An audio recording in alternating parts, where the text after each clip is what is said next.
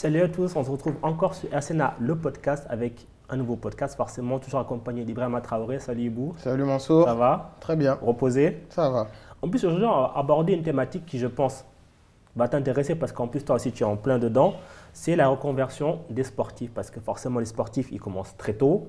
Ils tutoient le haut niveau pendant des années, mais après, il faut penser à l'après parce que malheureusement, les carrières sont assez courtes, pour certains même encore plus courtes que d'autres. Et après, il faut comment est-ce que je pourrais dire, il faut se réintégrer quelque part dans la vie de tous les jours, dans la vie civile. Et ce n'est pas facile pour tout le monde. Alors, pour nous accompagner aujourd'hui, forcément déjà tu es avec moi, mais on a aussi, je pense, quelqu'un qui va nous apporter beaucoup d'éclairage. C'est un ancien joueur professionnel, passé par Le Havre, passé par Newcastle aussi. C'est ça. Après, avec une carrière un petit peu bosselée, mais bon, tu nous expliqueras un petit peu ce qu'il en est. Notre invité, c'est Wesley Ngo Bayeng. Salut Wesley. Salut à vous. En tout cas, merci pour l'invitation. Et je te rejoins sur l'introduction. Effectivement, la reconversion, c'est un gros sujet. Et voilà, j'espère qu'on va pouvoir bien en parler et comment dirais-je, rendre le sujet un peu plus fun. Ouais, et surtout, en fait, après, bon, je pense qu'on aura le temps de le développer dans ce podcast. Et souvent, en fait, quand on en parle aux sportifs, peut-être que maintenant, c'est beaucoup plus pris au sérieux. Mais il y a encore quelques années, en tout cas, moi, de mon expérience, quand on en parle avec certains sportifs, ils disent oh, je verrai après, je verrai après, je verrai après. Mais le après, ça arrive très vite, en fait. Moi, j'en parlais à des gens qui avaient déjà 28, 29 ans. Ouais. Mais 28, 29 ans, tu es déjà à ton bien pic. sûr, Tu à bien ton sûr. pic. L'après, c'est demain, en fait. Ouais. Et faut vraiment le prévoir. Mais en tout cas, on va en parler de ça, je pense, plus tard. D'abord, je voulais qu'on se focalise un petit peu sur toi et ta carrière, parce que toi, ça allait très fort, Ouais. très vite et très jeune. Parce que voilà, c'est d'abord, déjà au début, bon, peut-être parcours classique, même toi et Bou, ça a d'abord commencé par des essais. C'est ça, hein? Ouais, bah en fait, moi j'ai commencé le foot à Blanc-Ménil, dans ma ville natale, comme tout jeune. Moi, je suis un enfant de France 98, donc j'ai commencé le foot après la Coupe du Monde. Et la chance que j'ai eue, c'est qu'à l'époque, Blanc-Ménil était partenaire avec Le Havre. Souvent, les clubs pro, ils ont des partenariats avec des clubs franciliens et tout pour essayer d'avoir la main sur les meilleurs joueurs. Donc j'ai eu la chance d'intégrer le centre de formation du Havre très tôt, à 10 ans et demi. Donc juste avant de rentrer en 6e. Et j'ai fait toutes mes classes au Havre, tout s'est plutôt bien passé. Et effectivement, jusqu'à l'âge de 17 ans et demi où j'ai signé mon premier contrat professionnel à Newcastle. Et donc c'était un bouleversement en fait, parce que depuis toujours on te parle de pro, tu sais, c'est quelque chose que tu idolâtres, idéalises entre guillemets. Et quand ça arrive, bah, ça arrive avec son lot de... Il n'y a pas juste le contrat pro, il y a aussi tout un engouement derrière. Moi, je signe pro en 2007, donc même pour la famille, il faut gérer ça. Nous, on vient d'un milieu très modeste, tu vois. Donc, il y a l'engouement autour de moi, mais il y a l'engouement autour de la famille. Et si tu n'es pas armé pour gérer ça, bah, derrière, ça va dégringoler, quoi. 17 ans et demi. Ouais. C'est rien, je veux dire, Ouais. moi à 17 ans et demi, j'étais pas prêt. Hein, j'ai pas été pro déjà, t'imagines, moi j'ai une vie de civil, donc 17 ans et demi, je veux dire, t'es pas prêt. Toi, Ibou, t'es passé pro plus tard, toi. Non, moi, la même année, aussi en 2007. 2007, ouais. Moi, j'ai un an de plus que toi. Donc, D'accord. ouais, en 2007 aussi, je suis passé pro. Mais je comprends tout à fait ce qu'il dit. Il y a tu vois, en fait, il y a le début et la fin. Et en fait, au milieu, tu fais ce que tu peux avec tes capacités. Mais le début, c'est tous ces chamboulements-là. Ouais. Tu passes dans le monde que tu as toujours rêvé d'être, mais tu n'es pas prêt pour ce monde finalement. Ah oui. Et en gros, voilà, il y a l'argent qui vient avec, il y a les sollicitations, il faut gérer la famille. C'est ça. Et tu n'es pas préparé à ça. Et des fois, ça te fait même ralentir dans ton cursus parce que tu dois gérer beaucoup de choses auxquelles tu ne pensais pas devoir gérer là, maintenant. Ensuite, il y a la carrière qui se passe et après, on va revenir, il y a la reconversion. Mais c'est vrai que très tôt, comme ça, en fait, quand tu n'es pas habitué à ce milieu-là, c'est pas les centres de formation pendant longtemps ou quoi que ce soit, comme moi, par exemple, et que tu arrives directement dans le bain, c'est vrai que ça peut être très compliqué. Ouais, non, mais c'est sûr que, en fait, ce qui est fou, c'est que tous les sacrifices que l'on fait quand on est jeune, etc., c'est pour tendre vers cet objectif-là. Mais c'est vrai que le jour où, entre guillemets, tu l'atteins, on va dire partiellement. Le contrat, pour moi, c'est du partiel. Parce que derrière, il faut prouver sur le terrain. Dès lors que tu atteins cet objectif, il y a plein de choses à préparer. Et moi, en arrivant dans un… Voilà, Newcastle, c'est un grand club. Peut-être que les gens en France, ils ne se rendent pas compte, mais c'est vraiment un grand club. Surtout à l'époque. Voilà, et encore plus, voilà.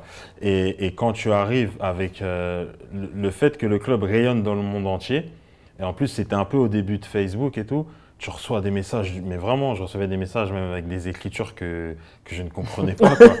Et en fait, tu te rends compte de la dimension du club. Mais nous, étant donné qu'on vient de milieux un peu plus modestes, on se dit « Ah mais attends, si je rentre trop dans ce milieu, on va dire que j'ai la grosse tête. » Et en fait, déjà, tu es dans des questionnements qui te prennent trop d'énergie. Et tu sais pas où est ta place, en fait. Exactement. Limite, tu réussis et tu culpabilises. Alors que de base, c'est toi qui as fait tous ces efforts depuis gamin. Et j'étais dans ce truc de, bon, dès que j'ai un jour off, il faut que je rentre à Blanc-Ménil, sinon ils vont se dire j'ai la tête comme ça. Mais en même temps, si je fais mes jours off là, à voyager, bah, je vais y laisser de l'énergie, donc je serai moins performant. Et forcément, à la longue, c'est peut-être ce qui a expliqué le fait que voilà, ma carrière après, elle est un peu partie en sucette. Mais c'est vrai que pour le monde pro, je pense qu'il faut déjà être bon dans l'approche.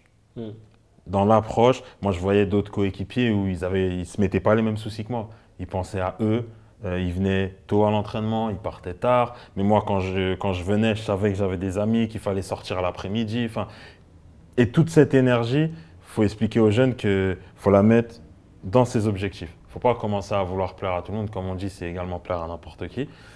Mais c'est vrai que quand tu arrives dans un grand club, waouh, tu peux prendre une claque si tu n'es pas prêt. Et surtout, nous, donc, on signe la même année. Il n'y a pas cette approche. On ne sait pas le même football en 2007 que le même football maintenant en 2022. Ah, oui. Maintenant, les jeunes, ils sont beaucoup plus préparés parce que,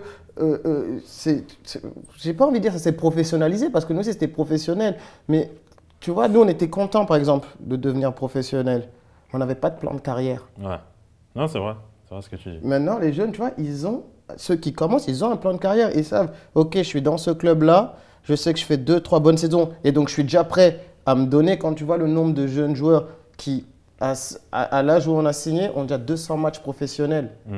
C'est vrai. C'est parce que mentalement, ils sont d'un, il faut l'avouer, plus matures et deux, plus préparés à ce que ça représente ce bouleversement, ce changement dans ta vie. Donc, ils se focus que sur le foot. Ils ont l'adjoint, ils ont l'agent, ils ont un cuisinier, ils ont un kiné, ils ont un mec pour les médias. Tu vois ce que je veux dire? C'est-à-dire que maintenant, tout est déjà créé, un environnement pour que quand ça vienne, ils pensent qu'au football.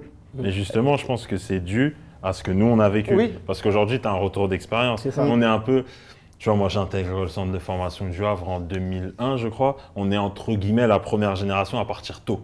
Donc forcément, maintenant, tu vois, tu as un peu un retour d'expérience. On est pas mal à aller un peu parler dans nos anciens clubs, etc., parler aux jeunes. Ce qui fait qu'aujourd'hui, les clubs ont pris le truc en marche et se disent, OK, très tôt, il faut commencer à… Il y a du média training maintenant dans pas mal de clubs. Tu vois, on simule un peu des conférences de presse, etc. Parce qu'avant ça, il y a eu des gros loupés. Il y a eu des gros loupés en conférence de presse.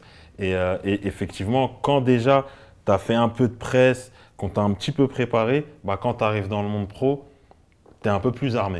Et on sait que la capacité à s'adapter rapidement à ce milieu, elle fait la diff. Elle fait la diff. Au moment où tu sais, tu dois passer le cap de jeune à pro. Tu vois, tu as ton contrat pro, mais pour confirmer. Si tu es prêt, si dans la posture, si même dans le groupe, parce qu'il y a aussi ça, il y a ce que tu représentes dans le groupe. Si tu es un jeune qui vient, qui a la tête comme ça, tu vas te mettre les cadres à dos, tu ne vas jamais jouer. Jamais, jamais. On sait que les cadres, ils ont un poids auprès des décisions du coach. Par contre, aujourd'hui, un jeune, on le voit, je donne l'exemple, même si en ce moment il est un peu critiqué, mais Kylian Mbappé, regardez, il parle plusieurs langues, c'est quand même valorisé. Et un jeune qui réfléchit bien aujourd'hui, il se dit, OK, dès maintenant, je vais me préparer niveau langue, etc. Comme ça, quand j'aurai un vestiaire avec des étrangers, je vais pouvoir parler à tout le monde. Conférence de presse, je vais pouvoir répondre à tout le monde. Et puis si un jour je dois être transféré à l'étranger, je vais gagner du temps parce qu'en arrivant, je vais savoir parler la langue. Parce que ça aussi, c'est complexe quand tu arrives dans un autre pays, une autre culture, une autre langue. Et forcément, si tu n'arrives pas à t'exprimer, tu vas t'isoler. C'est ce qui t'est arrivé à Newcastle ou c'est différent? Franchement, la chance que j'ai eue, c'est que le jour où je signe, Habib signe, Bey, Abdoulaye Faye aussi, sénégalais aussi, hein, c'est international. Il y avait Claudio Cassapa qui était déjà là, il y avait David Rosnal, donc ça parlait français. Jérémy Njitap, camerounais. Oh, c'est un vestiaire francophone. Voilà, et il y avait. Ça a toujours été un vestiaire francophone à Newcastle. Ouais, Newcastle, ils aiment bien la France. Et il y avait Charles Nzogbia, qui était au Havre avec moi de base, mais qui avait signé 1 ou 2 ans avant à Newcastle. Et Charles, c'est un 86, moi je suis 89. Donc voilà, de base, on était très proches. Et donc quand je suis arrivé, j'ai eu cette chance-là. Donc ça a fait que ma capacité à m'adapter à un nouvel environnement et tout, elle a été facilitée. Parce que je voyais par exemple José Enrique, qui derrière a fait une très belle carrière, hein, qui a joué à Liverpool et tout, qui venait de Villarreal.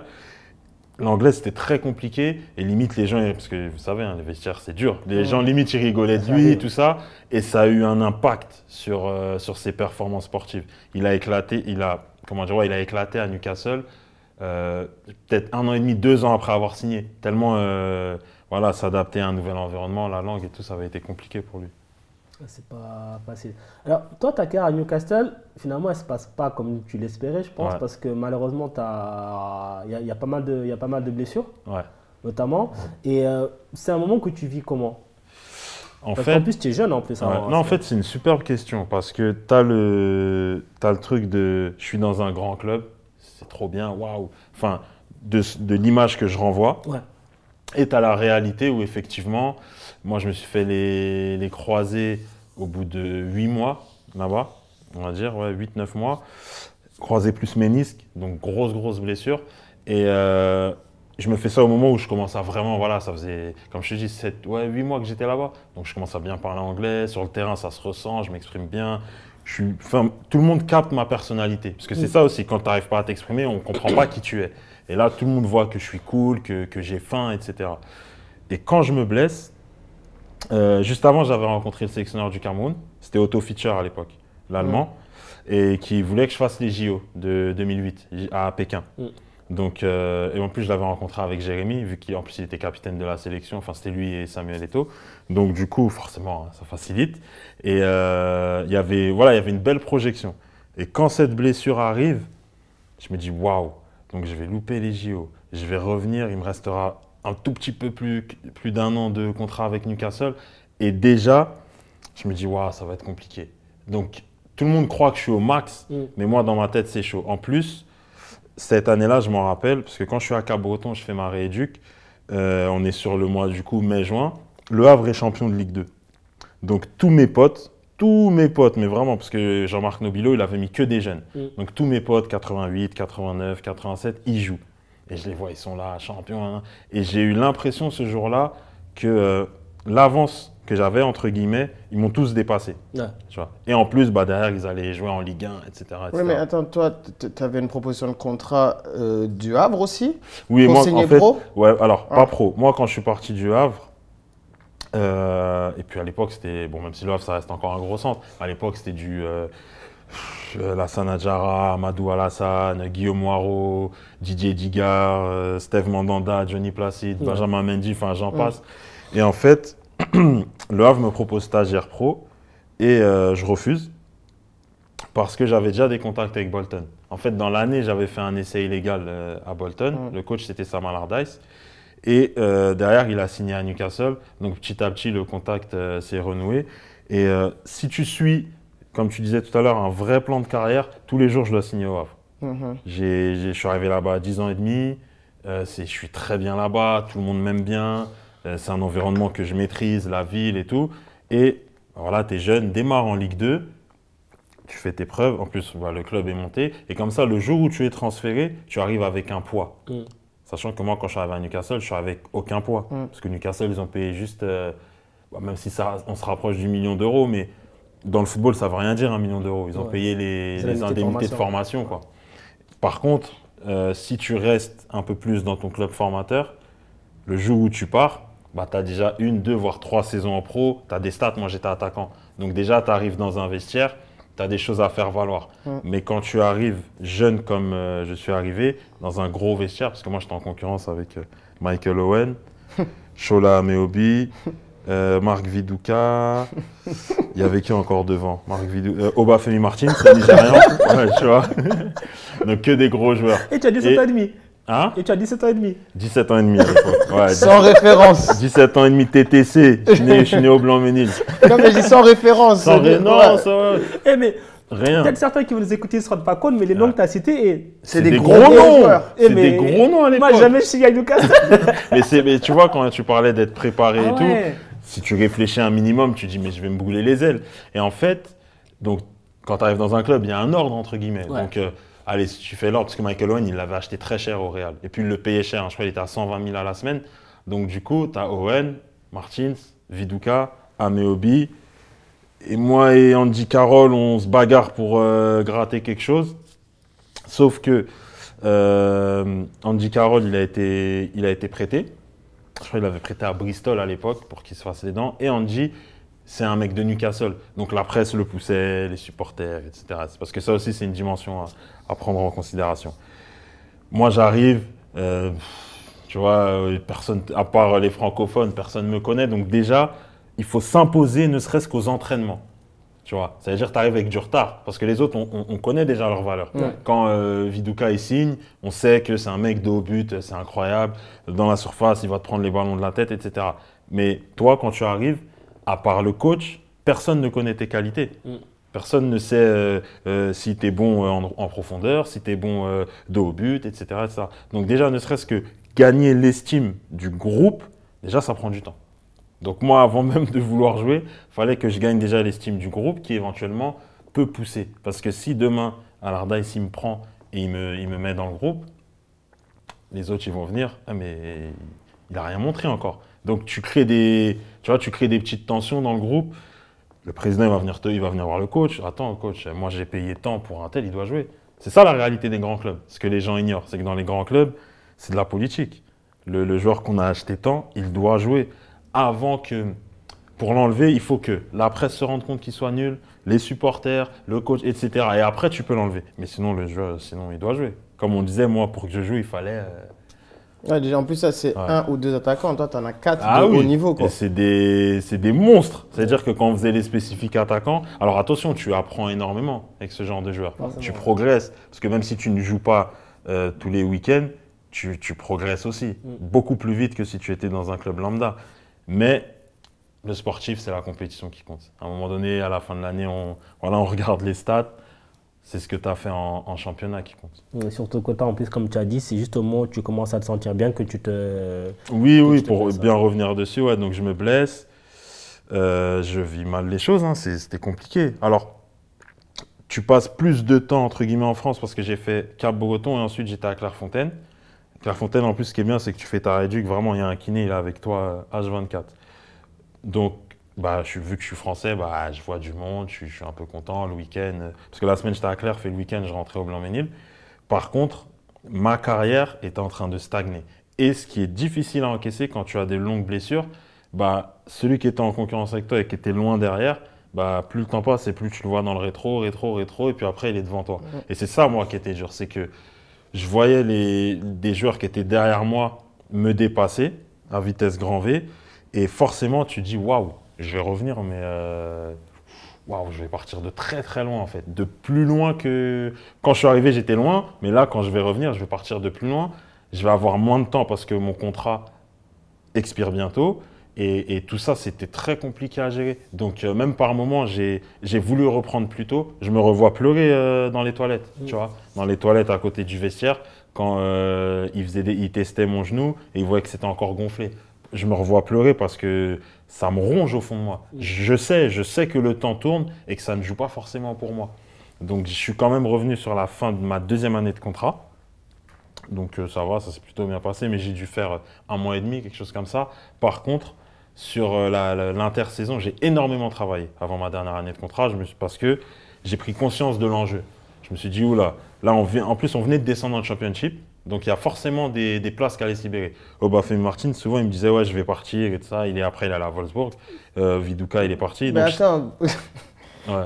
vous êtes descendu avec tous ces attaquants-là? Exactement, c'est ça qui est fou. C'est l'année où ils n'ont pas marché. Ouais. C'est l'année où ils n'ont pas du tout marché. On a eu Shearer sur la fin de saison. Ouais. Le coach, c'était Alan Shearer. Ouais. Et franchement, Ah, c'était… je me rappelle c'est quand l'année Shearer il est arrivé. Voilà. Il n'y a que des noms dans l'équipe, Une mais ça ne année marche pas. Ouais. Ouais, mais en fait, le truc, c'est que trop de confort à l'époque à Newcastle. Ils avaient tous des salaires de fous furieux. Il y avait pas. En plus, le public là-bas, Newcastle, c'est tellement. Tu sais, c'est la classe ouvrière, le Nord. Les gens, c'est Lens en fait. Tu vois, le public, comment il est, c'est Lens. Des passionnés, tout ça, mais qui vont pas être durs. Tu vois, si tu compares avec l'OM par exemple. L'OM, t'enchaînes pas les résultats, les supporters, ils sont durs. Mais nous, ils sont toujours dans l'empathie, tu vois. Donc forcément, les joueurs, ils sont dans un confort. Newcastle, c'est une ville très agréable, même si bon, c'est le Nord et qu'il fait nuit à 14 h. Mais ça reste une ville très agréable. Et en fait, les joueurs étaient dans un confort qui fait que limite, c'est quand il restait 6-7 matchs. Ah, mais on est vraiment relégable là. Mais sauf que c'est trop tard. En plus, on avait un calendrier, Liverpool, Aston Villa, etc. Impossible. Donc on est descendu. Tu as eu pas mal de départs sur le mercato. Et du coup, bah, j'ai senti que je devenais de plus en plus important dans le groupe. La pré-saison s'est très très bien passée. D'ailleurs, le premier match, je suis titulaire de la saison 2009-2010. Donc, je me rappelle, il y a Habib, il est titulaire, il y a Joey Barton. Tu vois, moi, j'ai fait mes 3 ans avec Joey Barton. Et voilà, grosse équipe. Et même moi, je me sens investi. Tu vois, tu sens que tu es important. Donc, ça se passe plutôt bien. Et je me reblesse. Je me blesse musculairement. Donc, je me fais un truc aux ischio. Je suis out 2 mois et demi, parce que c'était vraiment une grosse déchirure. Et la même chose. En plus, à l'époque, vraiment, j'étais bien. Bah, les gars, ils te rattrapent. Tu vois, les gars, ils te rattrapent, ils commencent à jouer. Attaquant, en plus, ils marquent. Toi, tu vois ça. Tu dis, waouh. Alors, tu es content, le club, il gagne et tout. Mais tu dis, waouh, c'est chaud. Je préfère que ça gagne et que ce soit les ailiers qui marquent, ou, tu vois. Et ouais, malheureusement, bah, je suis revenu sur un match amical contre Celtic Glasgow. Je rentre, je marque. Je me dis, oh, super. Dernière action, j'accélère comme un fou. Pas de métier à cette époque-là. Quand tu reviens de blessure, jamais tu accélères. J'accélère, boum, je me repète. J'étais reparti pour 2 mois et demi. Et au final, après, je suis revenu en fin de saison. Il restait quoi? Ouais, 8 matchs, quelque chose comme ça. Et c'était Chris Hutton, le coach à l'époque. Et Chris, il me prend en entretien. Il me dit, écoute, parce qu'on a fini premier, je crois, à 110 points. On l'a explosé. Parce que tu as quand même pas mal de joueurs qui sont restés. Coloccini, il était resté. José Enrique, il est resté. Joey, il était resté. T'as pas mal de joueurs qui étaient restés, donc on est remonté logiquement. Et c'est vrai qu'à la fin de cette saison-là, j'ai donc 20 ans à l'époque. Et à 20 ans, il faut jouer. Tu vois, à 20 ans, il faut jouer. Tu as un âge où tu progresses encore. Il faut jouer tous les week-ends pour une équipe première. Pas, parce qu'après, cette année-là, j'ai fini meilleur buteur en réserve, mais c'est insignifiant. Chris, il me dit, écoute, on va remonter. Je vais avoir une grosse enveloppe, forcément. Donc, sur le secteur offensif, en plus, tu sais, les coachs là-bas, ils sont managers aussi. Donc, c'est limite, c'est son enveloppe, quoi. Voilà. Et il m'explique bien, il me dit, voilà, pour les jeunes, ça va être complexe et tout ça. Il me dit vraiment, je sais que tu as largement les qualités pour jouer en première ligue. Par contre, il faut que tu enchaînes une saison pleine, tu vois, à un niveau légèrement inférieur, éventuellement de championship, ou alors regarde sur la France et tout. Et moi, à cette époque-là, j'ai Ingolstadt, donc qui sont en D2 allemande à l'époque, qui m'appelle, vient et tout ça. On a un gros projet. Il venait de sortir le Audi Stadium. Ouais, parce que il aurait dû venir, on aurait joué l'un contre l'autre. Ah, toi, t'étais en Allemagne? Oui. D'accord. Et c'était, tu sais, c'est la ville fief d'Audi. Ouais, je sais, Voilà. juste à côté, Augsbourg. Ouais, ça va quoi? C'est une demi-heure de Munich, un Ouais, truc comme exact. ça. Et j'étais allé là-bas. Et franchement, visite et tout ça, infrastructure, top, mais vraiment top. Et moi, j'avais des petites appréhensions. L'Allemagne, je n'étais jamais allé. Je me disais, oh, Allemagne, à voir. Et waouh, je suis tombé amoureux. Je voyais qu'il y avait une vraie ferveur, tu vois, au niveau des supporters. Et j'ai appris un truc dans le foot, tant que c'est pas signé noir sur blanc, c'est pas signé. Comme dans la vie en général, de toute façon. Donc, je vais là-bas. Et donc, on se met d'accord, proposition de contrat, etc. Je pars en vacances. Et en plus, ce qui est bien quand tu joues en Angleterre, vu que tu joues sur le Boxing Day, donc du coup, tu as des plus longues vacances. Je pars en vacances, tranquille, je me dis, et ce que je fais malheureusement, je dis non à tout. Qu'on m'appelait, viens jouer là, ouais. Non, parce que dans ma tête, c'est Ingolstadt. Sauf que le temps passe, j'ai pas de nouvelles. Je me dis, oh, c'est bizarre. Je leur envoie, à l'époque, j'avais vu que, entre parenthèses, je fais une petite aparté, j'avais subi des arnaques avec mes anciens agents, donc je m'étais séparé d'eux, ils m'avaient arnaqué sur des achats de logements et tout. Donc j'avais plus d'argent à l'époque. Donc de moi-même, j'envoie un mail au club et tout, je dis voilà, qu'est-ce qui se passe? Et ils me disent ouais, comment dirais-je, il y a un nouveau coach qui est arrivé, qui venait du Werder de Brême, et il a pris 2 attaquants en prêt. Donc, ils n'arrivaient pas à me dire, en gros, on ne va pas te prendre, mais bon, on va te tenir au courant, je ne sais pas quoi. Et on était déjà, je crois, mi-juillet, mais sauf que les gens ont repris à ce moment-là. Les gens ont repris.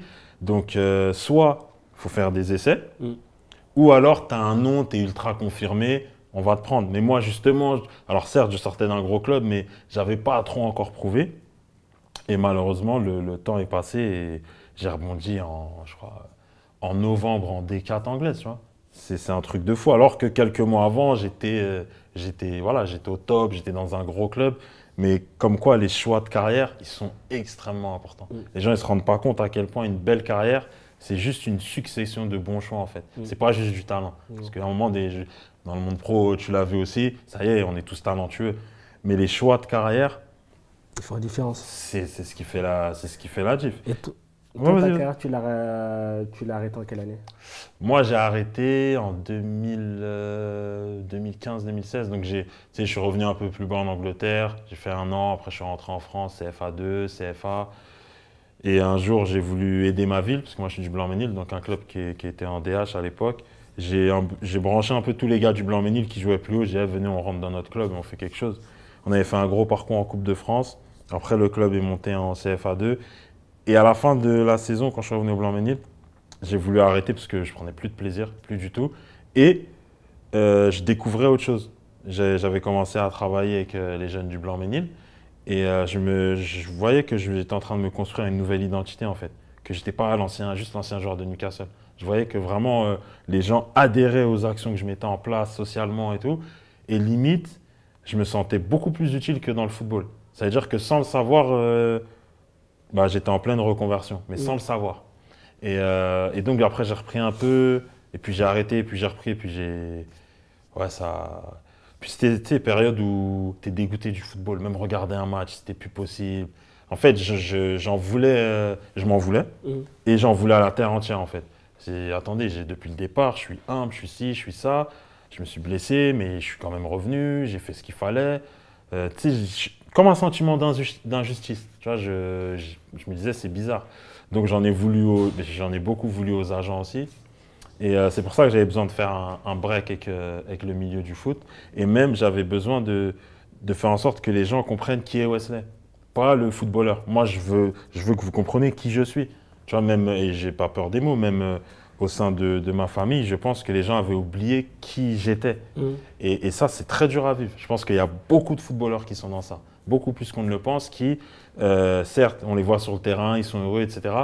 Mais dans la vie perso, ils en ont marre parce qu'on ne prend pas le temps de voir qui ils sont. Une question.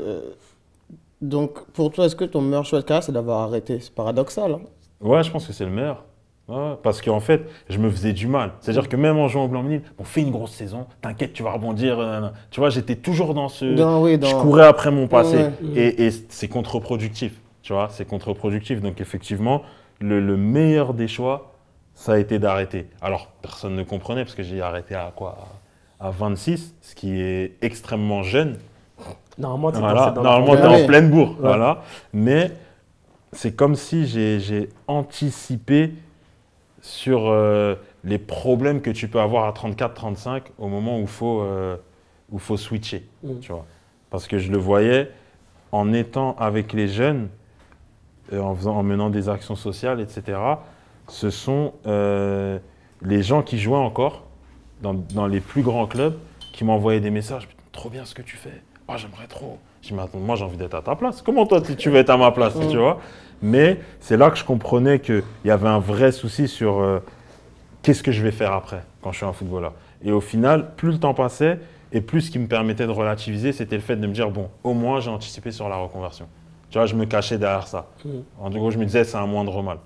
Encore toi, tu as pu anticiper, mais il y en a plein, j'ai l'impression que justement, ils reculent l'échéance, parce que Je ne sais pas s'ils sont dans le déni ou autre, mais pour eux, après, on ne va pas se mentir, quelque part, la fin de ta carrière sportive, c'est une petite mort Bah, bien pour sûr. le sportif de haut niveau. Ouais, Et je évidemment. pense Bien que ils ne veulent pas, en fait, quelque part. Bien sûr. Bon, personne ne veut mourir, je pense, mais en tout cas, sportivement, encore moins. Bah, bien sûr. Mais même limite, ce que tu vas faire après, tu Ouais. ne vas pas directement être dans le kiff. Hein, Ah oui. parce que tu n'es pas habitué à ça.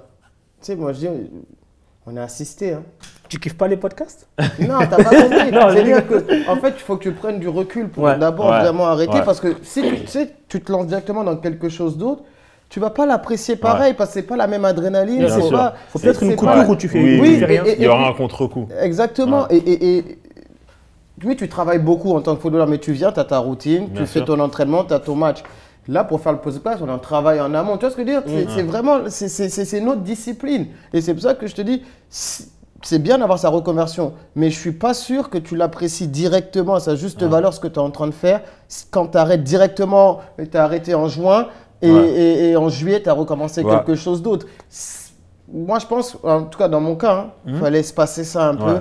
pour vraiment comprendre que ça y est, c'est fini le football et c'est sûr ou quoi que ce soit et passer à autre chose. Mais c'est important ce que tu dis parce que ce qui se passe, c'est que quand les gars arrêtent et que derrière ils enchaînent directement, la tête, elle est encore joueur de foot. Exact. Tu vois, ça veut dire que ne serait-ce que dans le quotidien, dans les groupes d'appartenance, dans le lifestyle, tu vois, le problème de beaucoup de footballeurs, on va dire, sur la fin, c'est qu'ils continuent à vivre comme s'ils avaient les mêmes moyens.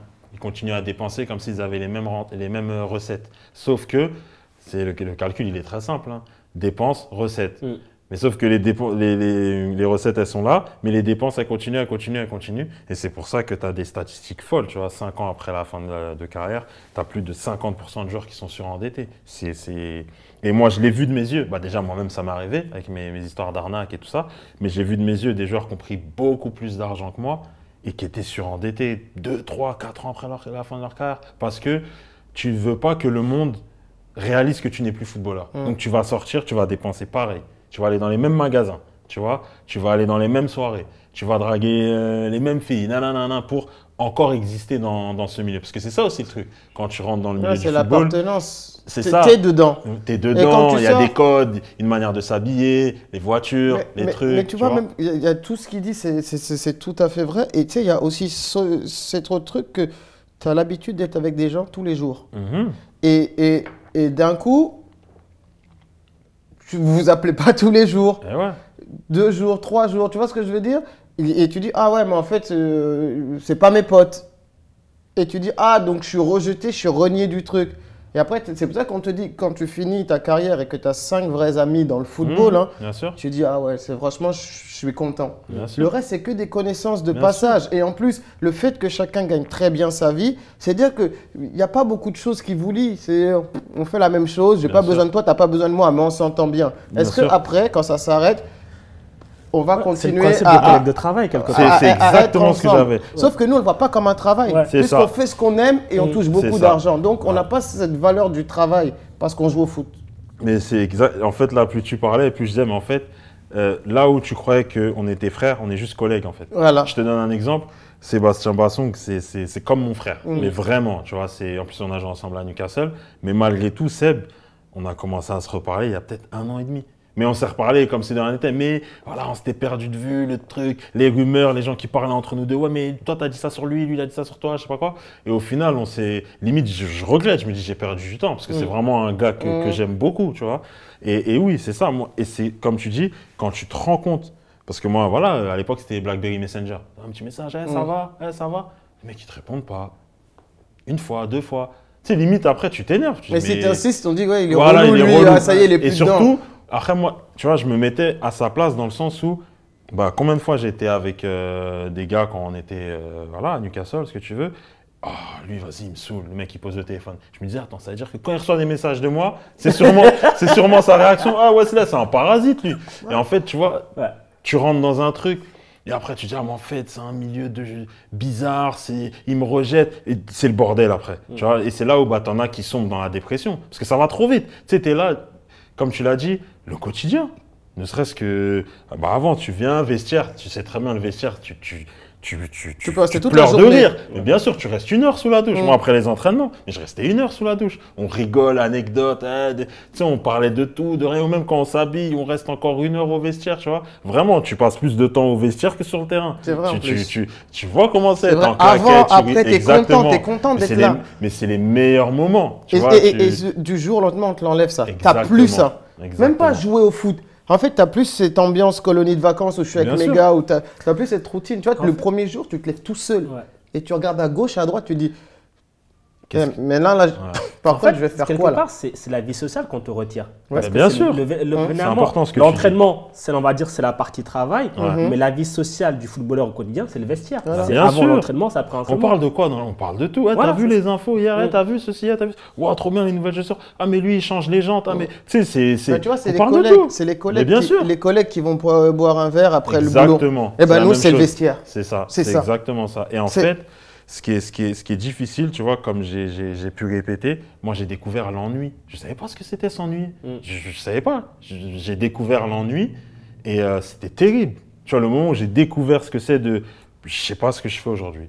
Mm. Et forcément, tu n'es plus dans un gros club, le téléphone il sonne moins, voire il sonne pas. Et tu n'es pas en muet. C'est vraiment il sonne pas. Non, mais c'est vrai, hein, ton téléphone sonne tous les jours. Ah oui.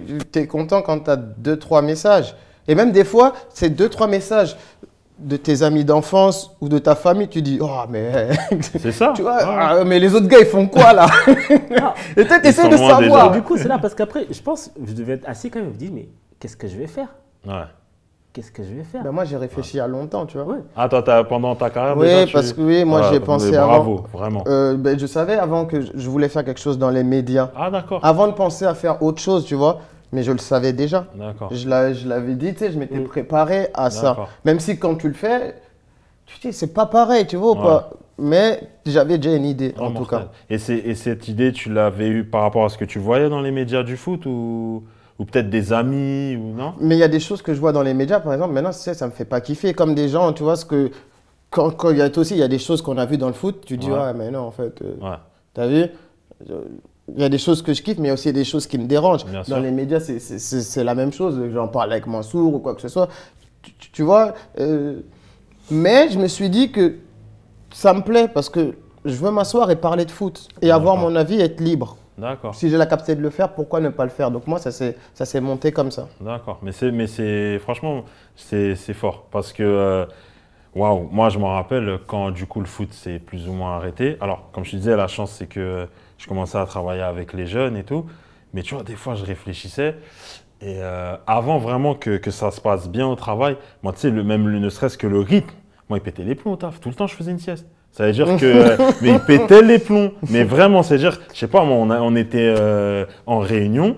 Moi, je leur disais toujours, si vous mettez un truc en début d'après-midi, moi, début d'après-midi, toute ma vie, c'est je rentre de l'entraînement, petite sieste tranquille, et limite sieste, je mets même pas de réveil. Tu vois, les vrais, là. Tu te réveilles, t'es fatigué. Et en fait, vraiment, mes supérieurs, ils pétaient les plombs. Ils pétaient les plombs. Ils disaient, mais c'est pas possible, tous les débuts d'après-midi, tu dors. Mais je leur disais, sincèrement, c'est limite, c'est l'horloge biologique. Quoi. Voilà, qui est comme ça je maintenant. suis réglé comme Ouais, ça. c'est comme ça, Je suis exactement. réglé comme ça. Et il a fallu, tu vois, ce temps d'adaptation, etc. Et quand, en fait, j'ai capté la fibre travail, moi, je te jure, au départ, quand j'ai commencé à faire des journées pleines, tous les gens que je connaissais, je les félicitais. Mais vraiment, les gens qui travaillent, je vais les féliciter un par un. En fait, tu vois, quand tu es dans le milieu du foot, je ne veux pas dire que tu vois ça comme quelque chose en dessous, mais en tout cas, toi, tu te sens supérieur en tant que footballeur. Et tu n'as aucun vrai regard sur ce que représente une journée de travail lambda. Parce que toi, tu viens à l'entraînement, allez, si tu es assidu, tu vas rester 4 heures. Tu vois, après l'entraînement, tu vas bosser. Avant, tu vas bosser un peu et tout. Mais tu peux venir. Moi, je sais que des fois, il m'arrivait de quitter chez moi à 9h30, midi, je suis chez moi. En plus, j'habitais à côté du centre d'entraînement. Et ça, il n'y a personne qui travaille 2 heures, 2h30 dans une journée et qui gagne, tu vois, qui gagne autant Et d'argent. même pas de temps effectif de travail. C'est-à-dire que tu Ouais, n'as ouais, même pas bien travaillé sûr. pendant 3 heures. Exactement, exactement. La séance, elle a peut-être duré 1h30. Entre deux, voilà, je suis resté au vestiaire, j'ai rigolé un peu, j'ai fait 2-3 squats, histoire d'eux. Et en fait, sincèrement, je prenais le temps de féliciter tout le monde. Waouh! Et ah, toi, t'es pompier, explique-moi c'est quoi une journée de pompier. Ah, toi, t'es juriste, explique-moi ce que c'est. Mais j'étais curieux de fou parce que je découvrais le travail. Et je me disais, mais en vrai, c'est dur en fait. Je vois les gens, ils manifestent et tout, je comprends pourquoi. Tu vois, c'est dur. Ah non, je travaille, je veux être récompensé. Ouais. Mais à côté de ça, c'est une très belle leçon de vie. Tu vois, quand tu arrives du milieu du football ou que tu as toujours été un privilégié, ceci, cela, et ce qui est bien, c'est que tes collègues de taf, moi, ce qui était bien à Blanc-Ménil, c'est que, certes, on kiffe, tu as été pro, tout ce que tu veux, mais là, il faut que tu travailles. On va te juger sur ça, en fait. C'est pas le footballeur voilà. qu'on juge, c'est là. L'entretien annuel, on va parler de Wesley, on va pas parler du joueur, de ceci, de cela. Et j'avais besoin de ça, tu vois. J'avais besoin de ça, vraiment. Ça veut dire que quand je mettais de bonnes choses en place, on félicitait Wesley du service jeunesse. Pas Wesley du HAC ou de Newcastle ou je sais pas quoi.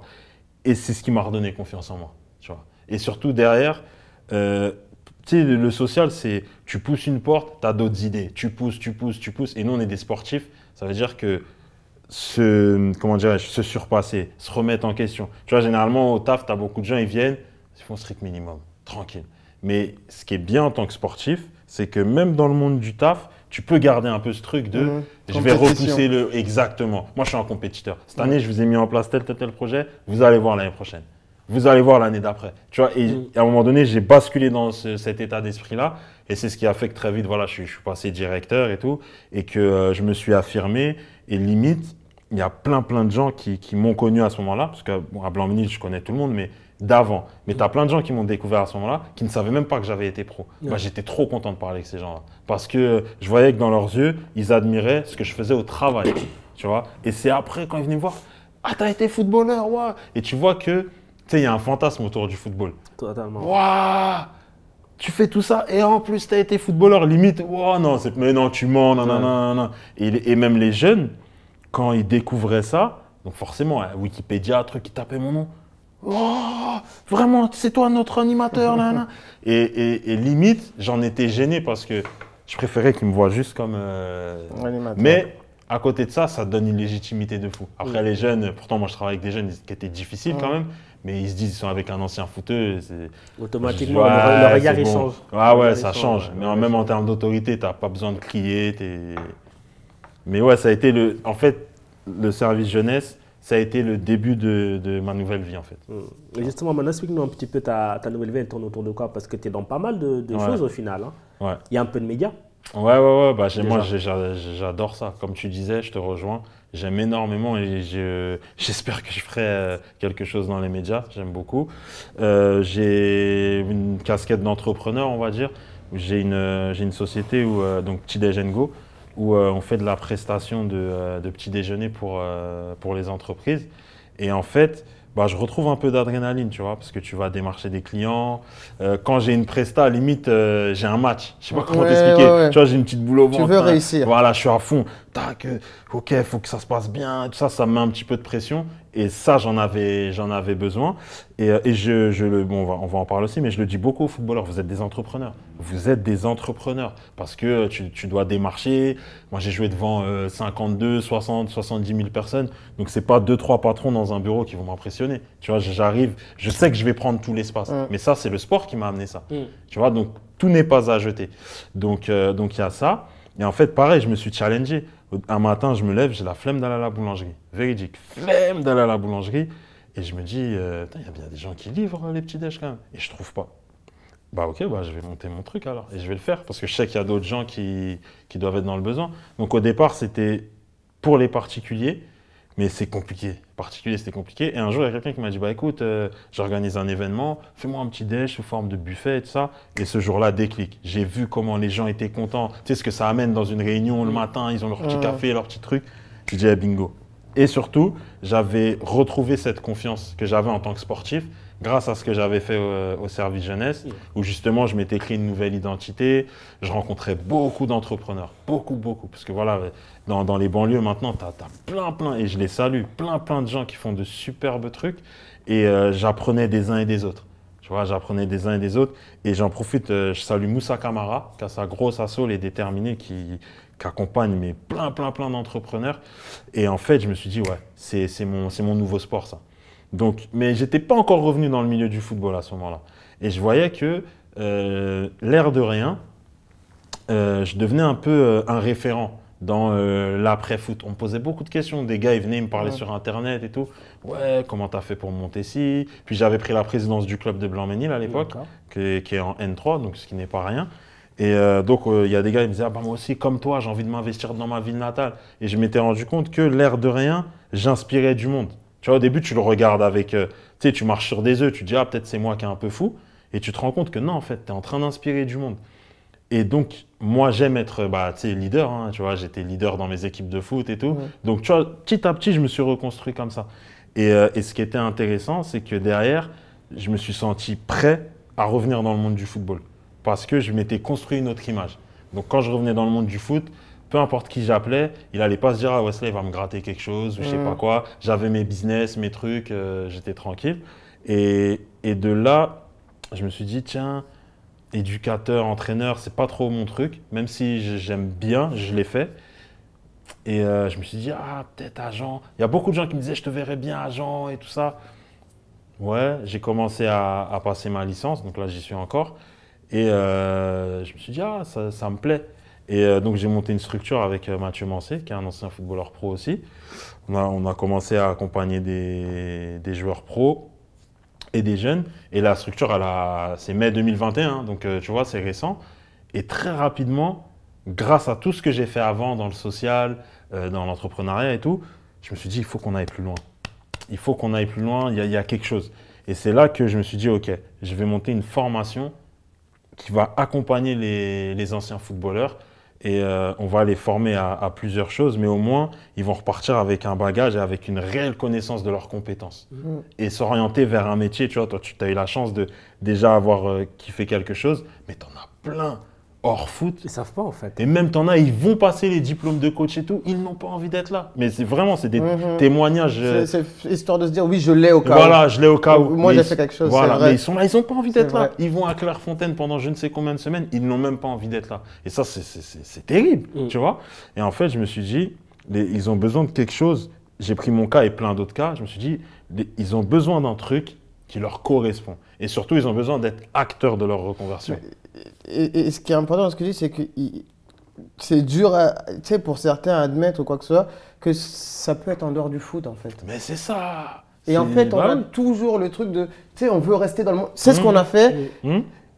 Imagine, je mets un pied en dehors de ça, c'est fini pour moi. Je ne peux plus rien faire. Et en fait, de leur apprendre ça, c'est génial. Tu vois, de leur faire comprendre que peut-être ce que tu vas faire et où tu vas être meilleur, ou très bon, peut-être meilleur même dans le foot, c'est peut-être en dehors de ça. Bien sûr. Sauf que tu ne le sais pas encore et tu ne peux pas te l'admettre parce que tu ne connais rien d'autre. Et c'est pour ça que même je me suis dit, la reconversion, il faut la rendre un peu plus funky, tu vois, parce qu'on voit ça comme un truc, oh putain, qu'est-ce que je vais faire?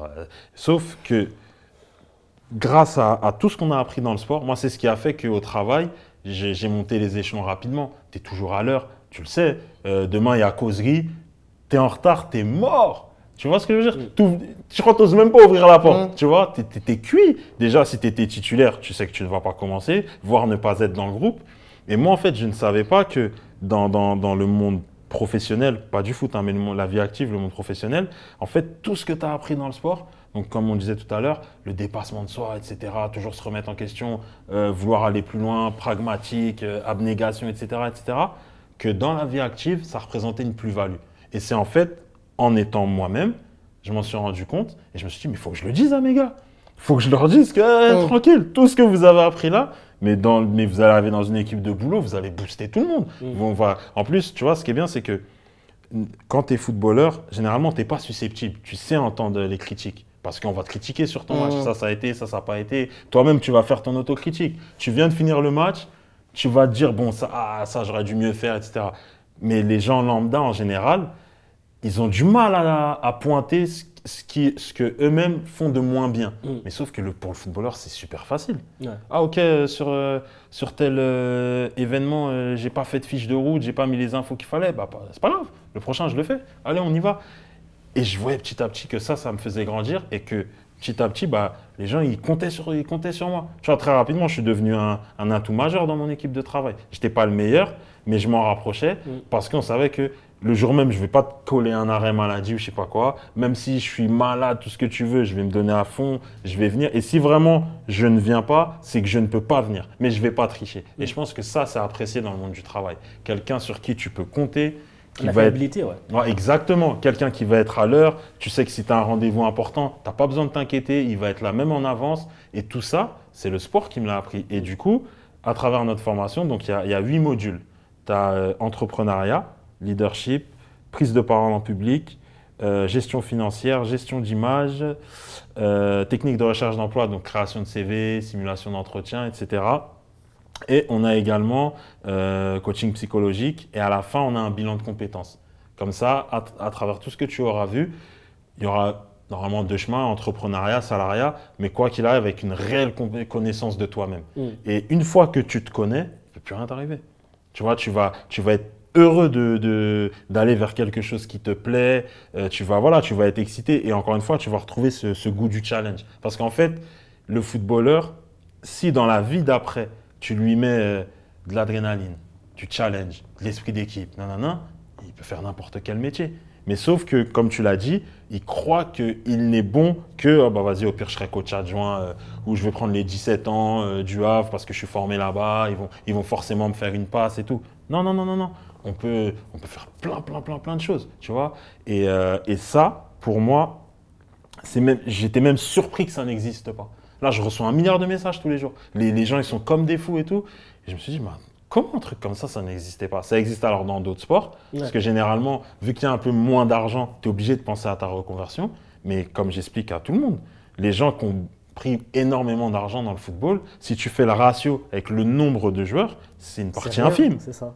Et tout le reste, on en fait quoi? Et moi, en fait, je suis sur le tout le reste. Tu vois, je réponds à tout le reste. Parce que tu as plein de joueurs. Le mec qui a fait une carrière correcte dans les pays de l'Est, qui a pris, je sais pas moi, peut-être 10, 15 000 euros, mais qui a bien vécu, aujourd'hui, il est chez son père. C'est ça la réalité. Que les gens négligent, c'est que ces mecs-là, quand ils arrêtent 2, 3, 4 ans après, ils sont là, en Ile-de-France. Ils sont chez leurs parents. Et ils ont honte, tu vois. Et moi, en fait, c'est tous ces gens-là que je suis en train de faire sortir et de leur dire non, non, non, non, non. Certes, ce que vous avez fait, c'était bien, mais il y a encore mieux pour vous. On va vous former, on va vous redonner confiance en vous. Vous allez parler. C'est pour ça que j'ai mis coaching psychologique. Ouais. Parce que tu ne parles pas quand tu es joueur. Tu vois. Non, non, non, il ne faut pas le dire. Je ne vais pas bien, mais il ne faut pas le dire. Et tu vas parler, tu vas vider ton sac et tu vas repartir. Et du coup, là, en plus, ce qui est bien, c'est qu'on est au Stade de France. Donc là, on va lancer la première promo. Et derrière, le but, c'est d'aller dans d'autres villes, d'en avoir plusieurs dans l'année déjà, et dans d'autres villes, parce que le besoin n'est pas qu'à Paris. Il y a des anciens footeux partout, même à l'étranger. Et en fait, je ne me suis pas rendu compte du sujet qu'on touchait. Moi, j'y suis allé un peu fleur au fusil. Bon, on va faire un petit truc sur la reconversion.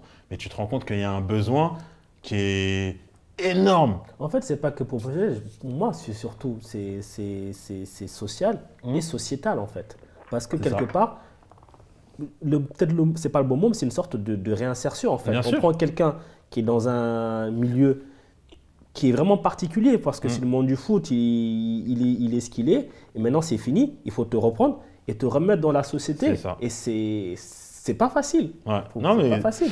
Il y a le regard des gens, le regard que le joueur a lui-même sur lui, le regard que le joueur a sur les autres. Et surtout, tu n'as pas vécu la vraie vie. C'est ça. Mais c'est ça, en fait, il faut dire aux gens. Le monde du football, être footballeur professionnel, ce n'est pas la vraie vie. Il n'y a aucun métier où, comme tu dis, tu viens. Alors que c'est très dur, hein, parce que sinon tout le monde le ferait. Physiquement, c'est dur. Non, mais même mentalement, sinon tout le monde le ferait. Hein. Et si tu vois qu'il y a très peu de joueurs dans une équipe, c'est parce que tout le monde ne peut pas tenir, que ce soit physiquement, mentalement, sur 15 ans ou 10 ans ou je ne sais pas combien de temps.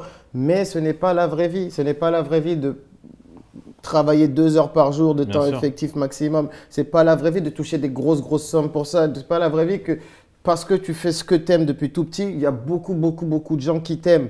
Tu es assisté, on te fait à manger, tes factures, c'est pas toi qui les payes. Ce n'est pas la vraie vie. Ah oui. C'est un monde parallèle en marge de la société. Mais je te donne un exemple, et je donne souvent cet exemple. Moi, j'ai déménagé par texto.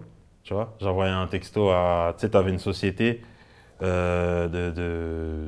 gérait des logements et tout, qui travaillait avec le club.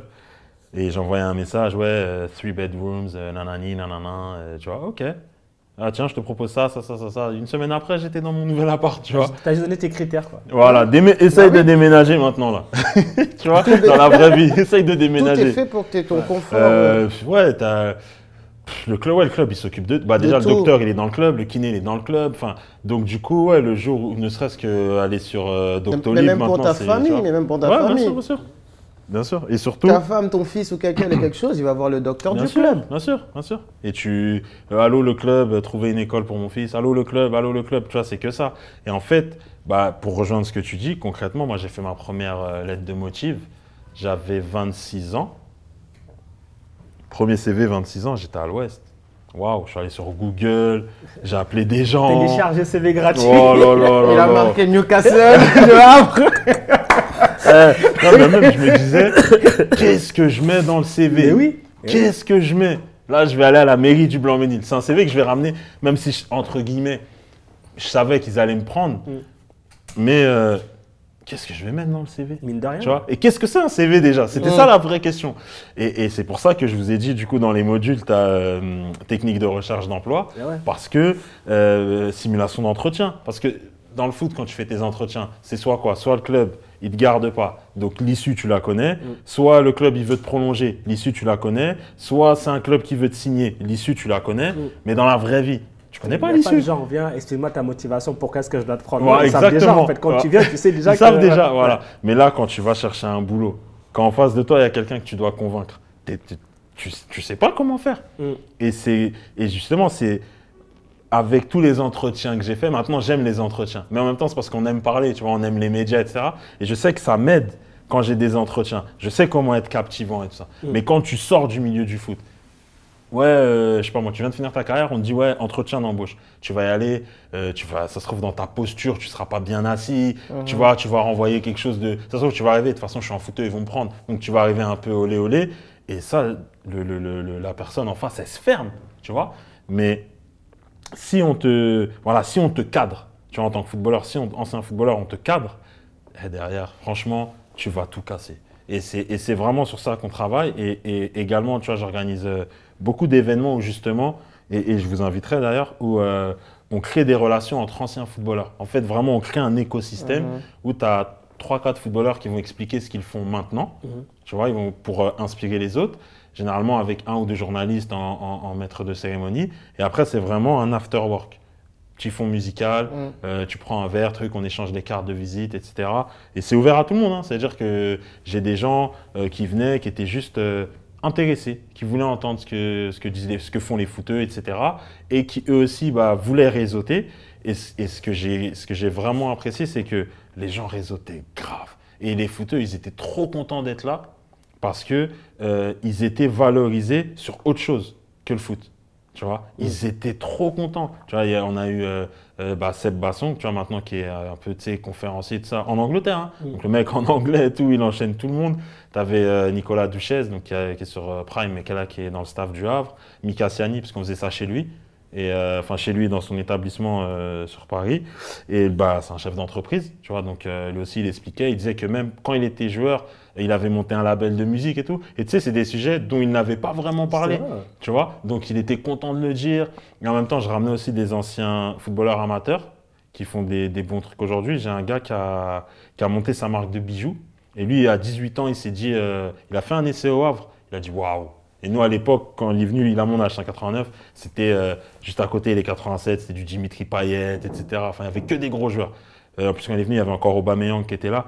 Il s'est rendu compte que, ah ouais, non, je crois que, certes, je suis un bon joueur, mais je crois que c'est un peu chaud. Ok, il a lâché. Tout le monde l'a pris pour un fou à l'époque. Mais il s'est dit, je vais faire autre chose. Aujourd'hui, le mec, il a un showroom à Paris. Et en fait, pareil, il était content d'être valorisé. Et du coup, les autres qui étaient dans l'audience, les anciens footballeurs ou sympathisants, peu importe, ils étaient impressionnés. Waouh! Et en fait, tu crées une énergie où tout le monde est là pour s'entraider. Hop, ça réseaute et tout. Et indicateur fort, j'avais des gens de Lyon qui venaient, de Lille, de Rennes. Je dis, mais vous êtes venus? Ouais, je suis venu pour ça, j'ai pris un Airbnb et tout. Je dis, waouh! Et tu sais, il n'y a pas d'événement comme ça dans le foot. Donc je me suis dit, ok, entre ça, la reconversion et tout, on a touché un bon truc. Tu vois. Donc là, de toute façon, je vais relancer là, des events.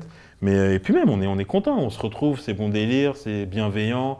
S'il y en a un qui vient avec une tête comme ça, de toute façon, il va être isolé parce que tout le monde est à la cool. C'est bon, les gens qui se la racontent. Quand on jouait, on en a vu des millions. On veut juste être tranquille, tu vois, s'entraider, avancer, conseiller. Parce que des fois, pareil, tu as des mecs qui viennent sur ces événements, qui viennent de finir leur carrière.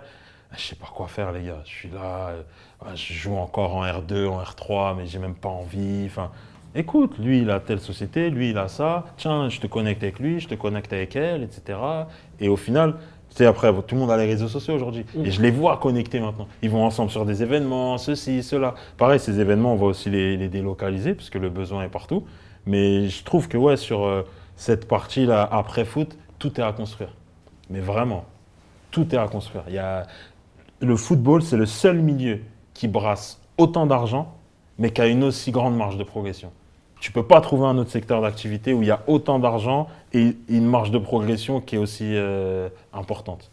Et qui, dans le même temps, laisse beaucoup en tout cas, des gens qui étaient dans le milieu sur le carreau très peu de temps après leur carrière. C'est ça qui est paradoxal. C'est ça, ouais, mais vraiment, j'en parlais tout à l'heure. Ce qui est fou, c'est que, comme toi aussi, tu l'as dit, on a donné beaucoup d'années au football. Genre, on a donné des années, des sacrifices, et un jour, fin de contrat, mais sur le côté. Et toi, tu dis, mais attends, tu peux pas juste tout ce que je t'ai donné, là, tu m'écartes comme ça. C'est fini. Mais c'est ça la réalité. du truc. Voilà, mais c'est ça la réalité, c'est que tu donnes, et un jour, sur le côté. Et moi, je suis un peu dans le truc de me dire, mais on a donné. Le football aussi nous a donné. Attention, on va pas cracher dans la soupe. Mais l'histoire ne peut pas se finir comme ça. Mais en fait, le truc, c'est que déjà, en tant que joueur, toi, tu le sais, on le sait, il n'y a pas beaucoup de place. Alors, quand tu arrêtes, il y a encore moins de place. Tu divises les places qu'il y avait dans un effectif par deux dans tout ce qui peut toucher au milieu du football. Que ce soit entraîneur adjoint, entraîneur, directeur sportif, conseiller, tout est divisé. Bien sûr. Tout est divisé par deux. Donc déjà, tu te cherches, tu dis, oh, j'ai fait tout ça, on m'a mis de côté. Maintenant, pour trouver un métier dans le football qui n'est pas footballeur, et il y a une place pour 7, 8. Ouais, c'est vrai, c'est vrai. Et c'est pour ça que je te disais, t'en as, tu sais quoi, tant pis, je vais passer mes diplômes de coach. En plus, c'est un peu financé, c'est ci, c'est ça. Je me planque dans deuxième ou troisième adjoint. Et puis voilà, tranquille. Mais au final, est-ce que tu es acteur de ta reconversion quand tu fais ça? J'en ai pas l'impression. Tu es là, tu es sur le banc. Alors tu kiffes parce que tu es encore dans cette vie de groupe, tu vois, le fameux vestiaire et tout ça. Mais je pense que, regarde, si tu prends... il y a pas mal de coachs qui ont vécu ça sert à rien de les nommer, mais où ça faisait pas si longtemps qu'ils avaient arrêté. Ils ont pris des clubs en tant que coach et ils se sont vautrés parce qu'ils sont encore joueurs dans leur tête. Ouais. Tu vois, ils se sont vautrés. Sauf que non, quand tu es coach, tu dois avoir une vue d'ensemble. Tu dois déjà avoir un recul sur toi-même parce que sinon, tu n'y arriveras pas. Et moi, j'ai eu Alan Shearer. Pourtant, ça faisait quand même 6, 7, voire 8 ans qu'il avait arrêté. Mais le mec, il a eu une carrière tellement importante que revenir dans une équipe, je pense que ça a trop fait ressortir le joueur. En plus, à Newcastle. Voilà, et en plus à Newcastle où c'est The Legend, il y a une statue juste en bas du stade, enfin voilà, il y a même le Shearer's Bar et tout. Au final, c'était contre-productif parce que il n'avait pas ce recul-là. Tu vois, tout le temps, il voulait faire les spécifiques avec nous, les trucs. Tu sentais que ce qui lui manquait aussi, c'était ce truc-là. Et non, en fait, à un moment donné, il faut, comme tu l'as dit tout à l'heure, il faut savoir couper. Il faut même se l'imposer. Et comme tu l'as dit aussi, tout le monde ne peut pas jouer au football. Et la charge mentale, la charge physique et tout, à un moment donné, tu as besoin de souffler.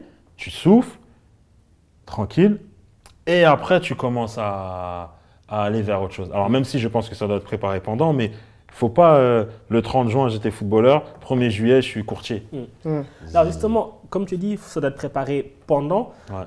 Est-ce que, après, je pense qu'il n'y a pas de période idéale, mais je veux dire là, un joueur qui commence, qui signe pro à 18 ans, 19 ans par là, 20 ans, à partir de quand est-ce que peut-être on doit commencer à lui parler, en tout cas que lui commence à se dire, il faut que je commence à penser à mon après, en fait. C'est une très bonne question. Alors moi, je pense que, moi je suis partisan de dire que dès lors qu'il y a contrat pro, il faut parler d'après. Parce qu'en fait, comme tu l'as dit, le contrat pro, tu vas travailler peu d'heures, gagner beaucoup d'argent. Tu sais, le contrat pro, ça fausse un peu la vraie vision que tu dois avoir sur la société, tu vois. Et quand tu t'entraînes, on parlait du nombre d'heures qui est faible. Et le reste de la journée, tu peux t'instruire, tu peux te former, tu peux faire plein de choses. Il y a Fabrice Pancrate, que je salue, qui lui, justement, il a eu ce réflexe-là. Quand les gars de l'UNFP, etc., ils venaient, ils parlaient et tout, lui, il avait l'oreille comme ça. Alors que généralement, c'est commencé, les footeux, ils sont, tu vois, ils sont ailleurs. Et pour moi, c'est quelque chose qui doit se préparer tout au long de la carrière, parce que quand tu approches la fin, tu ne vas pas courir n'importe où à aller chercher des contrats, je ne sais quoi, exotiques ou je ne sais pas quoi, parce que tu vas bien vivre le truc, tu vois. Et moi, j'interviens dans des centres de formation et je pense que ceux qui signent pro jeunes, alors il ne faut pas leur imposer tout de suite, oui, il faut que tu penses à après, mais documente-toi. Ne reste pas que foot. Documente-toi, regarde un petit peu. Si tu as des amis qui ont des sociétés, vas-y, une demi-journée, regarde. Et tu as le temps pour. C'est ça le pire, c'est que tu as le temps pour. Mais sauf que plus tu vas avancer dans ta carrière, et moins, je ne veux pas dire moins tu auras du temps, mais peut-être qu'à un moment donné, tu vas avoir des enfants. C'est ça, là, tu vas avoir ceci, tu vas avoir cela. Donc forcément, le temps va se réduire d'une manière ou d'une autre. Par contre, si très tôt, tu prends le truc en main, ta reconversion, tu vas la vivre extrêmement bien. Et je le vois aujourd'hui, parce que tu as un drame, les sorties de centres de formation. Tu vois, je réponds à la question, mais je fais une mini aparté. Les sorties de centres de formation à 19-20 ans, mais c'est les mecs qui sont par terre. C'est une catastrophe. Parce que c'est un âge où il faut travailler, mais eux, ils sont encore dans le truc de non, mais moi, je veux percer dans le foot. Donc, tu leur proposes même de la Nationale 2. Ah non, non, moi, je vaux mieux que ça. Mais sauf que là-haut, on ne va pas te prendre. Tu vois. Donc, en même temps, il y a l'échec sportif. Il y a la vision complètement décalée de la société et les sorties de centre, c'est un gros sujet. Eux, limite, ils me font de la peine, moi, les joueurs qui sortent de centre parce que tu étais proche du contrat pro. Tu vois, tu avais ton contrat stagiaire et tout ça. Donc, dans l'ordre, le contrat d'après, c'était pro. Mais justement, ces jeunes-là, tout ce qui est ouais, si le foot, ça ne marche pas, on leur a rien dit. Donc, ils sont. Tu vois, donc.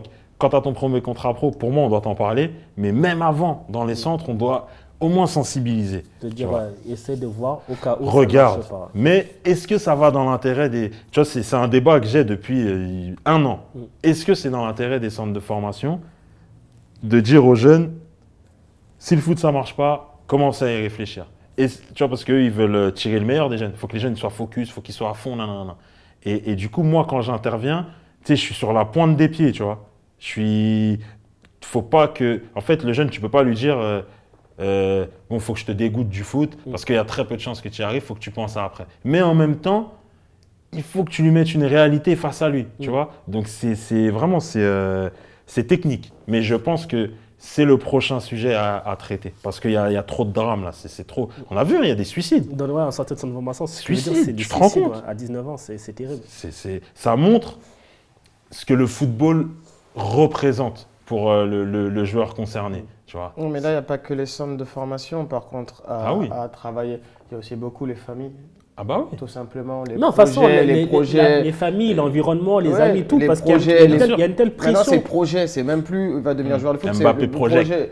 Il a faussé beaucoup, il a fait du mal à beaucoup de gens, ce projet-là. Parce que tout le monde n'est pas Mbappé, et il n'y en aura pas 3 ou 4. Mais même sans ça, je veux dire, même maintenant, tu vois un jeune qui part en centre de formation à 15-16 ans, c'est la star du quartier. C'est tout le monde machin et tout. Il revient 2 ans après, tout le monde va dire, et alors, ça n'a pas marché, et alors, je veux dire, faut digérer l'échec. C'est exactement ça. C'est très très violent. C'est pour ça que, en plus on ne va pas se mentir, aujourd'hui majoritairement les joueurs de foot viennent des quartiers.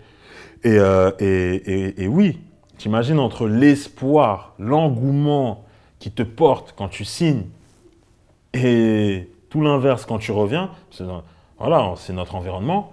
Et les gens ils sont durs quand tu reviens. Moi je l'ai vécu, et même pas, c'était pas sorti de centre, mais quand j'étais sans club et tout, au début, tu mens un peu. Non, là, j'ai un essai là, j'ai tout. Après, les gens, ça fait 6 semaines là. Ils commencent à trop te voir ici là. Ouais, c'est comment, nanana. Et surtout, quand la saison elle a redémarré, les gens après, ils se moquent de toi, rigolo, nanana. Tu vois, si t'es pas armé, c'est dur. Hein. Donc pour moi, pour vraiment bien répondre, je pense que dès lors qu'il y a contrat pro, il doit y avoir sensibilisation. ça doit aller de soi. Pas imposer forcément, mais au moins voilà, sensibiliser. au moins, tu peux pas imposer, mais au moins mettre des choses en place. Tu vois, et là, je suis en plein dedans parce que petit à petit, là, je vais commencer à aller dans les clubs pour présenter la formation. Mais par contre, je discute déjà avec pas mal de joueurs. Je leur dis, voilà, sondez un peu le vestiaire et tout. Et ouais, les retours, c'est, vas-y, l'après-foot, c'est loin. Tu vois, les mecs, ils ont 25 ans. Non, c'est pas loin. Demain, tu te blesses. C'est fini. Tu vois. Et même si tu vas au bout de ta carrière, 7, 8 ans, 9 ans, ça passe très vite. Donc non, c'est pas loin. Mais peut-être que le sujet est vu comme quelque chose de pas cool. Tu vois.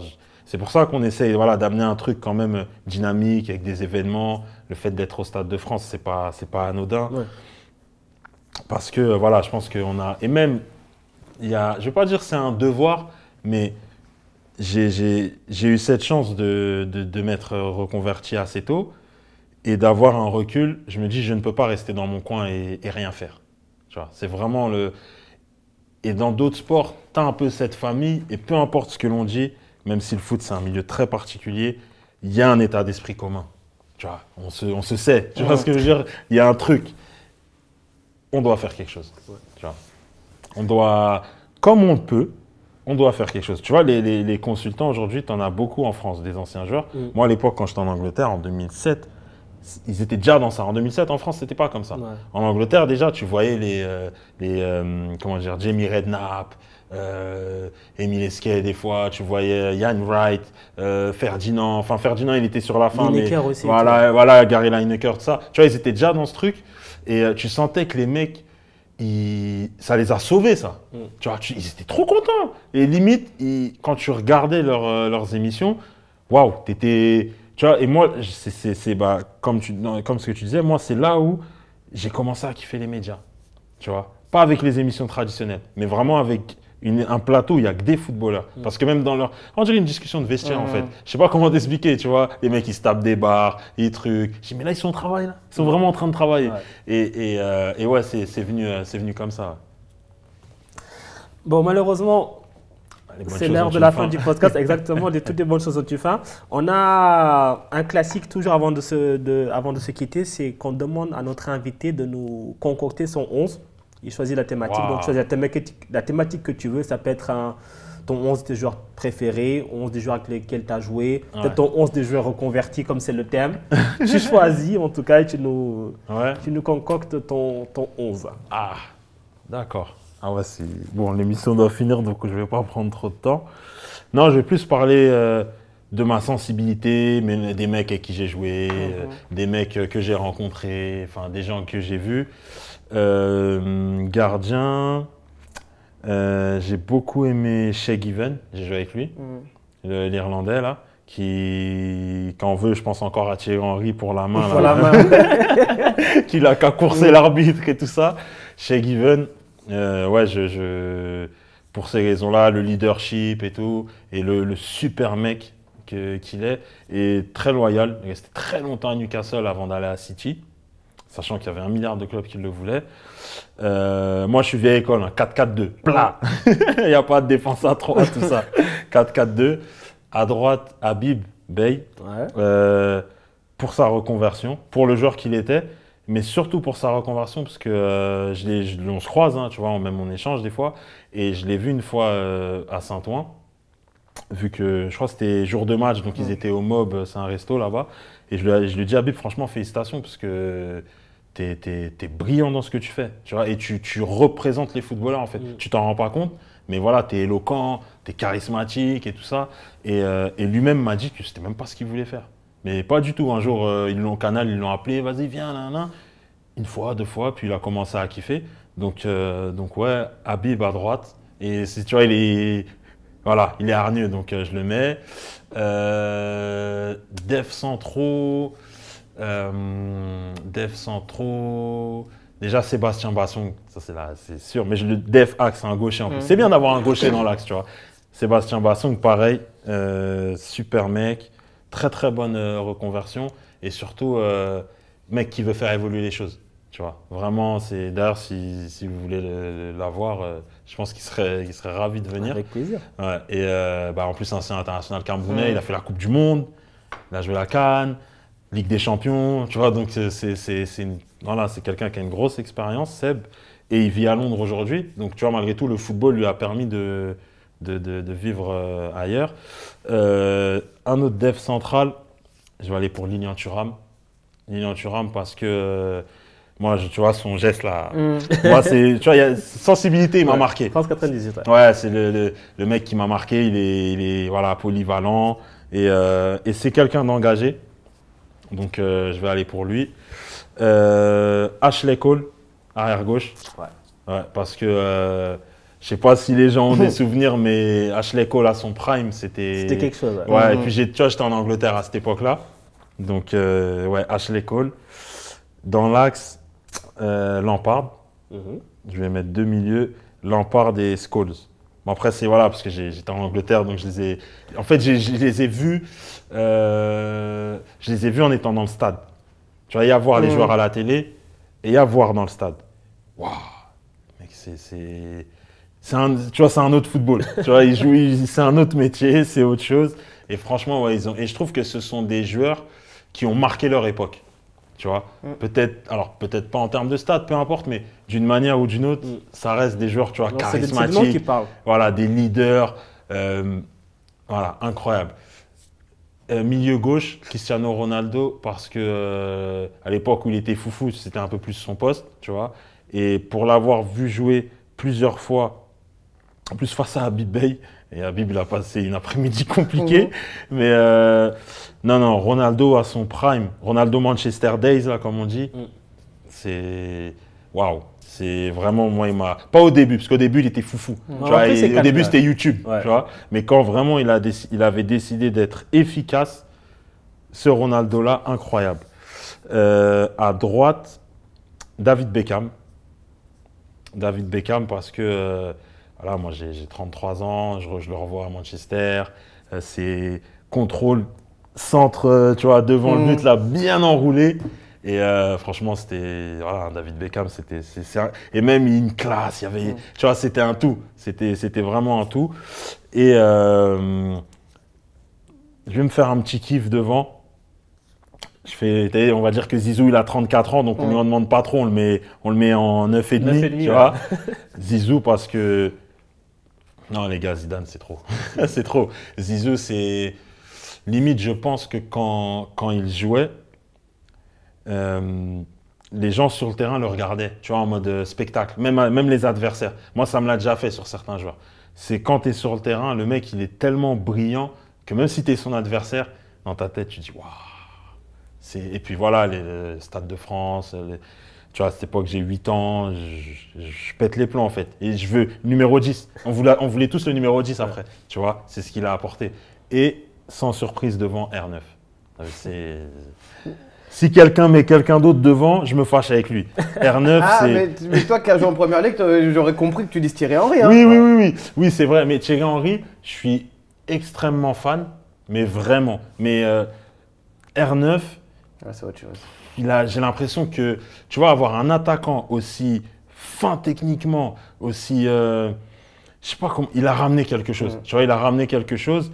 Et malgré l'immense carrière qu'il a eue, on est quand même, s'il n'y avait pas eu des blessures. On est un peu frustré, ouais. Tu vois ce que je veux dire? C'est extraordinaire. Donc, ouais, non, R9, c'est. Puis même, j'ai voulu acheter ses crampons. Tu vois, après, je peux en mettre plein, hein, Eto'o, Drogba, enfin. Mais voilà, ce petit 11 là. Comme ça, à chaud. C'est vraiment ce qui sera difficile à battre. Bon courage pour C'est vrai que c'est l'un des meilleurs qu'on a eu peut-être. Bon courage pour les continuer. En tout cas, Wesley, merci beaucoup. Non, merci à vous. Et bon courage à toi pour ce que tu fais parce que forcément, voilà, vous l'aurez compris, il est dans beaucoup d'activités. Bon, vraiment beaucoup de courage. Et surtout, voilà, ceux qui peut-être se posent des questions, s'interrogent, voilà, vous pouvez le contacter. Vous aurez sans doute des réponses à vos questions. Nous, Hugo, on se retrouve très bientôt pour un nouvel épisode. On aura qui, ça on ne sait pas, on va voir. On va réserver encore en tout cas d'autres surprises sur des thématiques comme celle-ci qui étaient très intéressantes. On se dit à très bientôt. Allez, ciao.